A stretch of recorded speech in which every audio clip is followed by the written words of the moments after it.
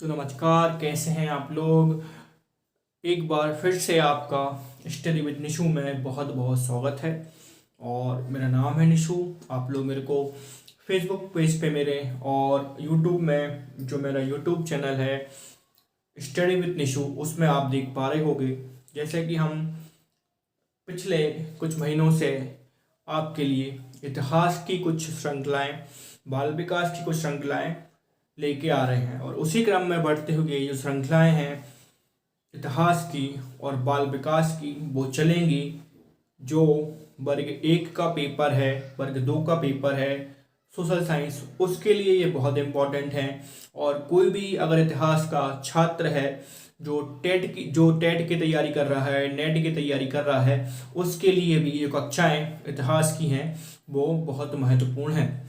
और जो state PCS और किसी वनडे एग्जाम में जो भी जेके का पोर्शन है उसके लिए ये क्लासेस मस्ट है, मतलब बहुत इम्पोर्टेंट है। तो चलिए हम ज़्यादा अपना समय ना गवाते हुए आज के टॉपिक की बात करते हैं। तो इतिहास में हम बहुत आगे तक पहुंच चुके थे और मौर्योत्तर काल चल रहा था हमारा। तो आज मौर्योत्तर काल का ये आखिरी वीडियो है। इसके बाद क्या है, हम जो हमारा जो मौर्य सिलसिला है पूरा का पूरा खत्म हो जाएगा और उसके आगे की वंश की हम बात करेंगे। तो मौर्योत्तर काल में हमने बहुत सा कुछ देख लिया था। आज हम मौर्योत्तर काल में उसकी सामाजिक व्यवस्था देखेंगे। सामाजिक व्यवस्था के साथ देखेंगे कि किस प्रकार वहाँ पर व्यापार वाणिज्य था, और साथ ही मौर्योत्तर के बाद में जो मौर्योत्तर में कला है वो किस प्रकार से विकसित हुई थी। जैसे अगर हम बात करें गांधार कला, मथुरा कला और अमरावती कला, इन सब के बारे में इस वीडियो में चर्चा होगी। तो आपको बस बने रहना है मेरे साथ और सिर्फ सुनना है आपको ध्यान से, क्योंकि सुनने से ही क्या है आप बेहतर क्या है कॉन्सेप्ट अपने आप में डेवलप कर पाएंगे और इतिहास में अच्छा कर सकेंगे। बाकी ये जो लिखा हुआ है उसकी आप पीडीएफ जाके यूट्यूब चैनल से डाउनलोड कर सकते हैं, या इंस्टाग्राम पे जाके भी आप वहाँ से जो पीडीएफ है वो डाउनलोड कर सकते हैं। तो अगर हम बात करें किसकी, मौर्योत्तर काल में किसकी, सामाजिक व्यवस्था की, सामाजिक व्यवस्था या प्रशासनिक व्यवस्था की अगर हम बात करें, तो चूंकि आप देख पा रहे होंगे कि जो हमारा मौर्य था, ये मौर्य साम्राज्य में जो प्रशासनिक व्यवस्था थी या जो सामाजिक व्यवस्था थी, अगर हम प्रशासनिक व्यवस्था की बात करें मौर्य काल में, तो केंद्रीय व्यवस्था थी। कहाँ पर जो हमारा मौर्य साम्राज्य था उसमें प्रशासनिक व्यवस्था कैसी थी कि केंद्रीय व्यवस्था थी। जैसे सब सर्वोपरि कौन था, राजा के बाद क्या था, प्रांत के बाद विषय, फिर विषयपति, उसके बाद क्या था फिर ग्राम। तो ये सब क्या है एक क्रम से क्या है प्रशासन का विभाजित था। पर हम बात करें किसकी, मौर्योत्तर काल की, तो मौर्योत्तर काल में क्या होता है कि शासन किसका होता है, शक, यवन, पहलव और कुषाण। जब इनका शासक होता है तो चूंकि ये विदेशी आक्रमण थे और भारत में आए थे, तो ये कहाँ से आए थे, ये यूनान से आए थे। कहाँ से आए थे भाई, ये आए थे यूनान से। कहाँ से आए थे, ये आए थे यूनान से। तो यूनान में चूंकि ये यूनान से आए थे और भारत के लोग इनको क्या कहते थे, मलच्छी कहते थे। क्या कहते थे, मलहच्ची कहते थे। क्या कहते थे, मलहच्ची। की लोग मलच्छी हैं। तो अपने आप को जो क्या है भारत के लोग इनको क्या कहते थे, मलच्छी। तो जो मलच्छी शब्द है, तो वो शब्द से बचने के लिए वो क्या है अपने आप को देवीय, जो देवी है देवी देवताओं के समूह ही मानते थे कि भैया हम क्या है, जैसे जो यूनान में एक प्रथा चलती है, यूनान में जो जैसे यूनान से ही आए थे लोग, तो यूनान में क्या होता है कि जो वहाँ क्या होता है, अपोलो वहाँ के देवी वहाँ के देवता हैं जो कौन है, अपोलो। आपने अपोलो हॉस्पिटल भी सुना होगा। तो ये यूनान है, तो वहाँ में वहाँ के देवी देवता को क्या नाम दिया था, अपोलो। तो यूनान में क्या होता था कि जैसे कोई राजा मर गया, और राजा के मरने के बाद वहीं वो राजा को जो मर जाता था उसकी मूर्तियां बनाकर उसको नाम दे दिया जाता था। तो ऐसे ही उन्होंने भारत में भी किया कि भाई अपने आप को देवी उपाधि दी। कैसी देवी उपाधि दी? तो अगर हम बात करें मौर्योत्तर काल में जो प्रशासनिक व्यवस्था थी, तो उसमें क्या हुआ, राजतंत्र ने किसका रूप ले लिया? देवीय का रूप ले लिया।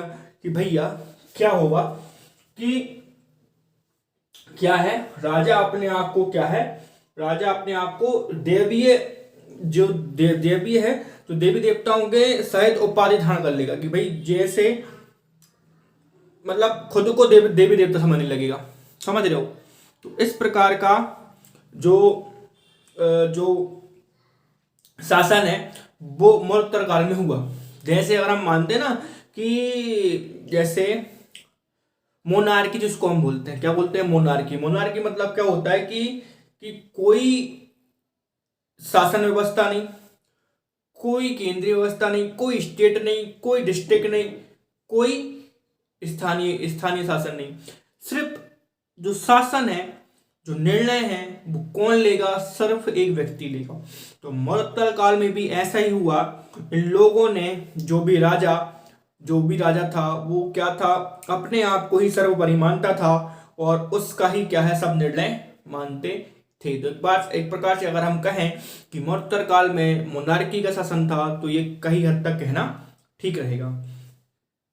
तो इन लोगों ने क्या करवाया कि भाई जो यहाँ के मंदिर थे, वहां मंदिर को बनवाकर जो राजा मर जाता था उसकी मूर्ति वहां पर स्थापित कर दी। और जो सातवाहन वंश के राजाओं ने ब्राह्मण और बौद्ध भिक्षुओं को कर मुक्ति भूमि देना आरंभ कर दिया, जिससे जागीरदारी प्रथा का शुरू हुआ। जो सातवाहन वंश के जो राजा थे, उन्होंने बौद्ध भिक्षुक और ब्राह्मण को भूमि पर कर्ज देना से ही मुक्त कर दिया कि आप लोग क्या है, कर्ज दोगे ही नहीं, क्या है, कर दोगे ही नहीं, क्या है, ये कर से उनको मुक्ति दे दी। और जिससे क्या हो गया कि जागीरदारी, क्या उसका जो जागीरदारी प्रथा है उसका उदय हो गया। तो ये थी सामाजिक व्यवस्था। अगर हम बात करें सामाजिक व्यवस्था के बाद कि मौर्योत्तर काल में किस प्रकार से व्यापार और वाणिज्य रहा, तो मौर्योत्तर अगर हम देखो, व्यापार और वाणिज्य, व्यापार जो है और जो व्यापार है वो वाणिज्य, वो दो शब्द अलग अलग है। देखो व्यापार का मतलब क्या होता है कि क्रय विक्रय करना, क्या करना है, क्रय विक्रय करना। और जो वाणिज्य है उसका मतलब होता है कि जो मतलब बस बना, जो मतलब माल बनाना और किस तक पहुंचाना, उपभोक्ता तक पहुंचाना, उसको बोलते हैं वाणिज्य। तो स्वाभाविक बात है। तो मौर्योत्तर काल में व्यापार को या भारत की अर्थव्यवस्था को क्या कहा जाता है, स्वर्ण युग काल कहा जाता है मौर्योत्तर काल में भारत की अर्थव्यवस्था का। क्यों? क्योंकि इस अवस्था में ही, इस काल में ही क्या हुआ, सबसे अधिक व्यापार हुआ भारत का किसके साथ, रोम के साथ। किसके साथ हुआ? रोम के साथ सबसे अधिक व्यापार भारत का इसी काल में हुआ था, मौर्योत्तर काल में। और ऐसा माना जाता है कि जो एक पिपलिन, जो एक यूनानी लेखक है, उसके अनुसार जब क्या है, यूनानी से भारत में जो सोना आता था उसको देखकर क्या है, यूनानी को बड़ा दुख होता था कि भाई उसके देश का सोना भारत में बहुत आ रहा है, उसके देश का जो सोना है वो भारत में बहुत आ रहा है। तो स्वाभाविक बात है, कुछ आयात होता था तो कुछ निर्यात होता था, ऐसे ही होता था व्यापार। तो जो मौर्योत्तर काल है, व्यापार और वाणिज्य की दृष्टि से भारत का स्वर्ण युग काल कहा है। और देखो अगर क्या है, मध्य एशिया से गुजरने वाला व्यापार मार्ग चीन और रोमन साम्राज्य के बीच जुड़ता था। रोम और चीन के बीच व्यापार में कुषाणों की भूमिका कैसी रही है, बिलोचियों की रही है। जैसे ये है रोम, ये है चीन और ये है भारत। तो ये है रोम, ये है भारत और ये चीन। तो दोनों के मध्यस्थ जो बिचौलिए हैं वो कौन था, भारत था। अगर रोम को किससे व्यापार करना है, चीन से, तो भारत को मध्यस्थता करना था। और चीन को किससे व्यापार करना है, रोम से, तो यहाँ पर भी भारत को कहीं ना कहीं इनको बीच में लाना था। तो मरणोत्तर काल में जो चीन, जो मतलब भारत का रोल था चीन और रोम से व्यापार में, उसका किसका रोल था, मीडिएटर का, किसका, बिलोचिए का काम था। तो व्यापार और वाणिज्य की बात चल रही है, तो यहां हम देखें कि यहां 3 बंदरगाह बड़े इंपॉर्टेंट है। कौन कौन से 3 बंदरगाह बड़े इंपॉर्टेंट है, पश्चिम क्षेत्र वाला और दक्षिण क्षेत्र वाला।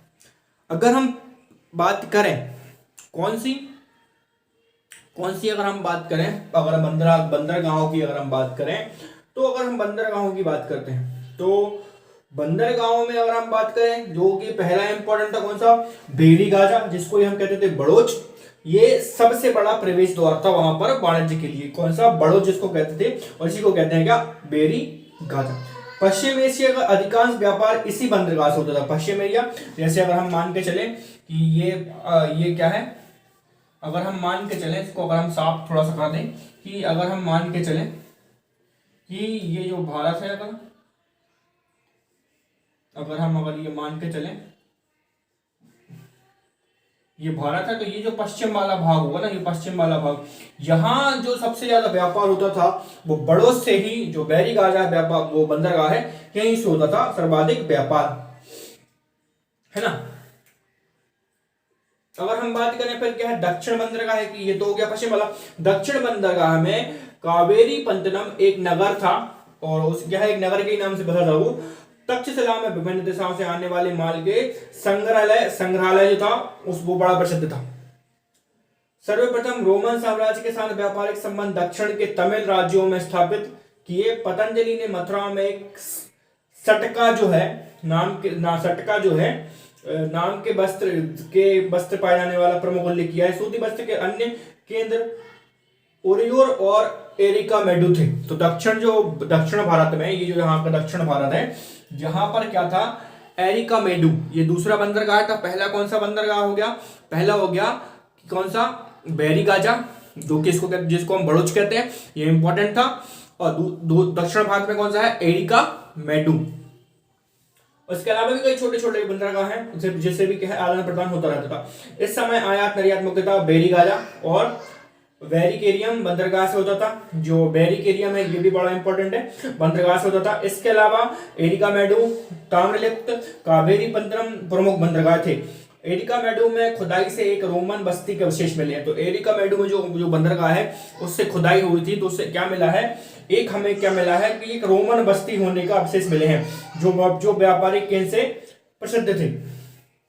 इस काल का सर्वाधिक महत्वपूर्ण उद्योग सूत उद्योग था। इस काल में विभिन्न शिल्पियों ने श्रेणी की स्थापना की थी। अगर हम बात करें कि अगर हम बात करें आयात निर्यात किस चीज का होता था, तो अगर हम बात करें कि जो यूनान से 55 करोड़ के समथिंग क्या आता था भैया, सोना। मतलब यहां से सिक्के हम उनसे ले लेते, कितने, 55 करोड़ के समथिंग हम उनसे सिक्के ले लेते थे उस जमाने में। सोचो कितनी बड़ी बात है उस जमाने में। तो आयात निर्यात चलता रहता था, बहुत सी चीजें वहां से आती थी, बहुत सी चीज यहां से जाती थी, है ना।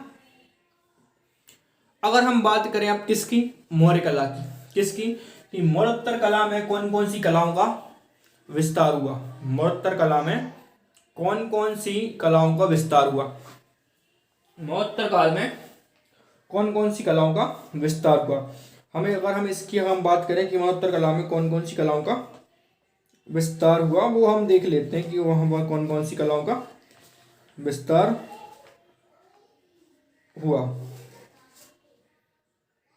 देखो अगर क्या बोलते हैं, थोड़ा सा अगर मैं आपको बताऊं कि वहां पर क्या है, क्या क्या मिलता था और क्या क्या नहीं मिलता था, तो बताने लायक तो है कि वहां पर क्या था और क्या नहीं था। देखिए, अगर हम बात करें किसकी, मरणोत्तर कला की, तो मरणोत्तर कला में अगर हम देखते हैं कि मरणोत्तर कला में कौन कौन सी कला थी, तो मरणोत्तर कला में सबसे पहले अगर हम बात करें गांधार कला, गांधार कला के साथ हम बात करें मथुरा कला, और मथुरा कला के साथ हम बात करें इसकी अमरावती कला। तो ये तीनों कला क्या है, प्रसिद्ध थी। तो अगर हम बात करें पहले कला, तो कला कला कौन कौन सी वहां पर प्रसिद्ध थी मौर्य काल में, तो चित्रकला, चित्रकला के साथ साथ कौन सी, मूर्ति कला और स्थापत्य कला, तीनों कला ये क्या है मौर्य काल में पूरी पूरी विकास हो रही थी।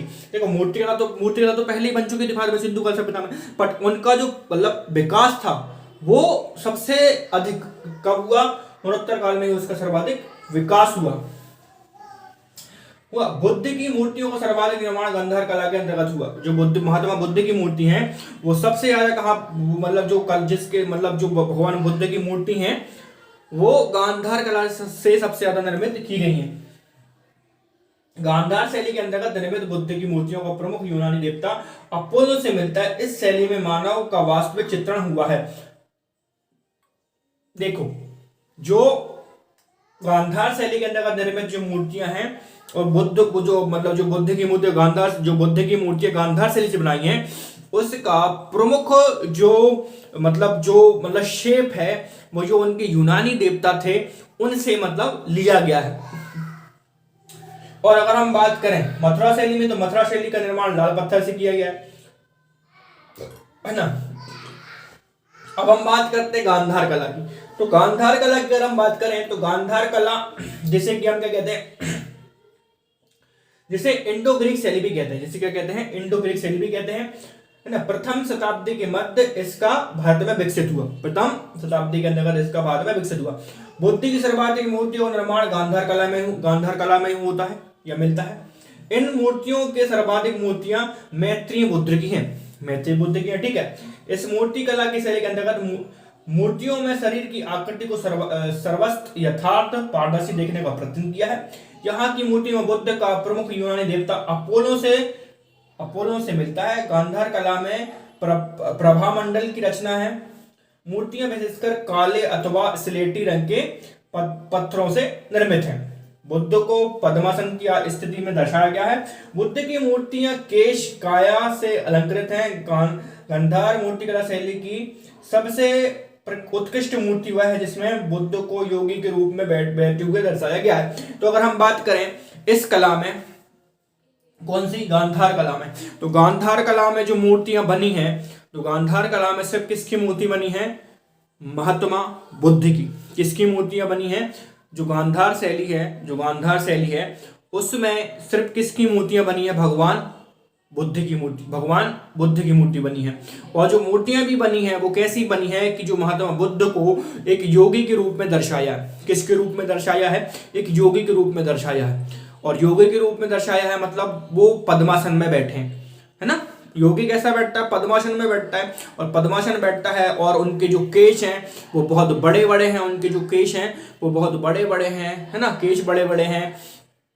और जो प्रभा मंडल है, मतलब जो यहाँ से गोल, आपने कई मूर्तियां देखी होंगी, जो चक्र देखा होगा आपने, कई देवी जी का जब वो मतलब पीछे क्या है प्रभा मंडल गोल सा बना होता है, तो प्रभा मंडल भी दर्शाया गया है। और मतलब जो गांधार कला में जो मूर्ति है बुद्ध को क्या है, बड़ा बलवान बताया गया है ना, एक योगी के रूप में, ये बलवान है ना। तो ये किस में बताया है, गांधार शैली में।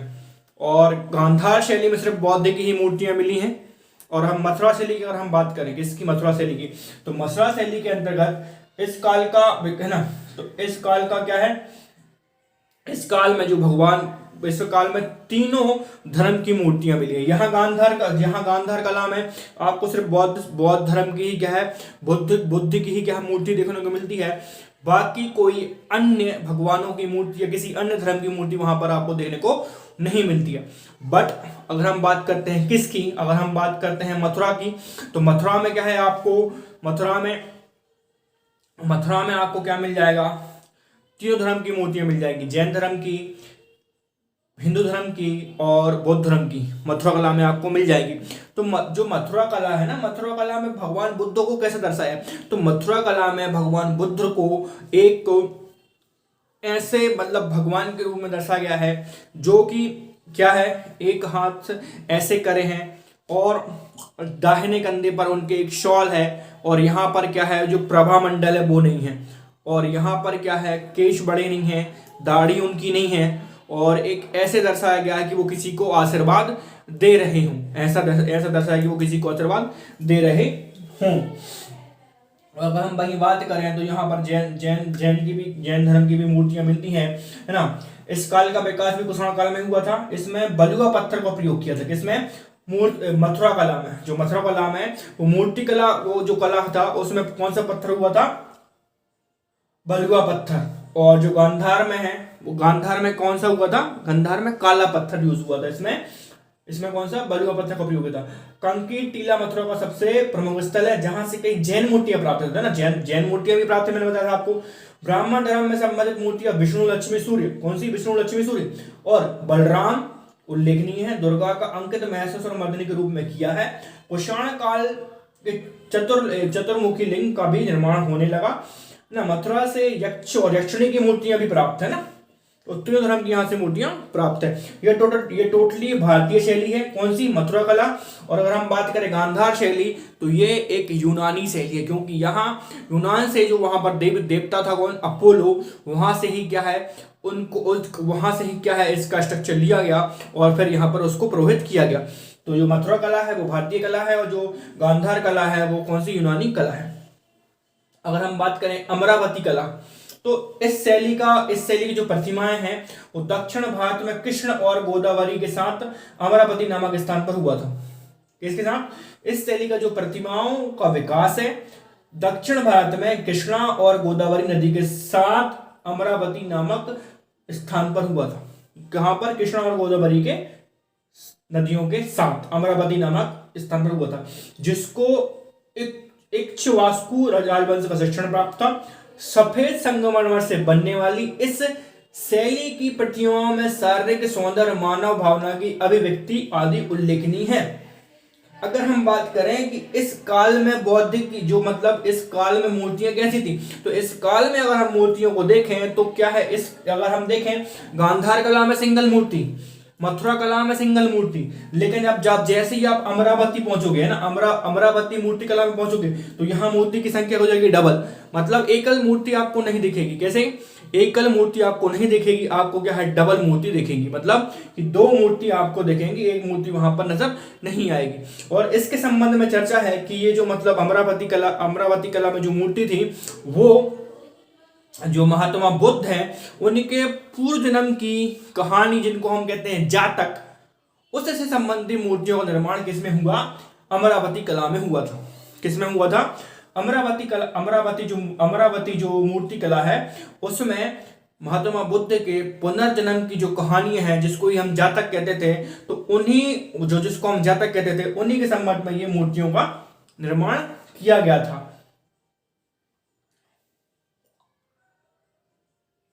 चलो ये हमने देख लिया है। और इसमें ब्राह्मण धर्म के कुछ अंतर्गत है ना, मथुरा से शिवलिंग है ना, तो ये तो मैया, ये इसमें तीनों धर्म की मूर्तियां थी, किसमें, मथुरा में, और बाकी अमरावती और गांधार कला में बहुत से संबंधित मूर्तियों का ज्यादा उल्लेख मिलता है। तो आज हमने मरणोत्तर काल की सामाजिक व्यवस्था देख ली, व्यापार देख लिया, वाणिज्य देख लिया, मूर्ति कला देख ली, और यही इसी के साथ ही क्या है, ये टोटल क्या है, जो मौर्य है और मरणोत्तर काल है पूरा का पूरा समाप्त हो जाता है।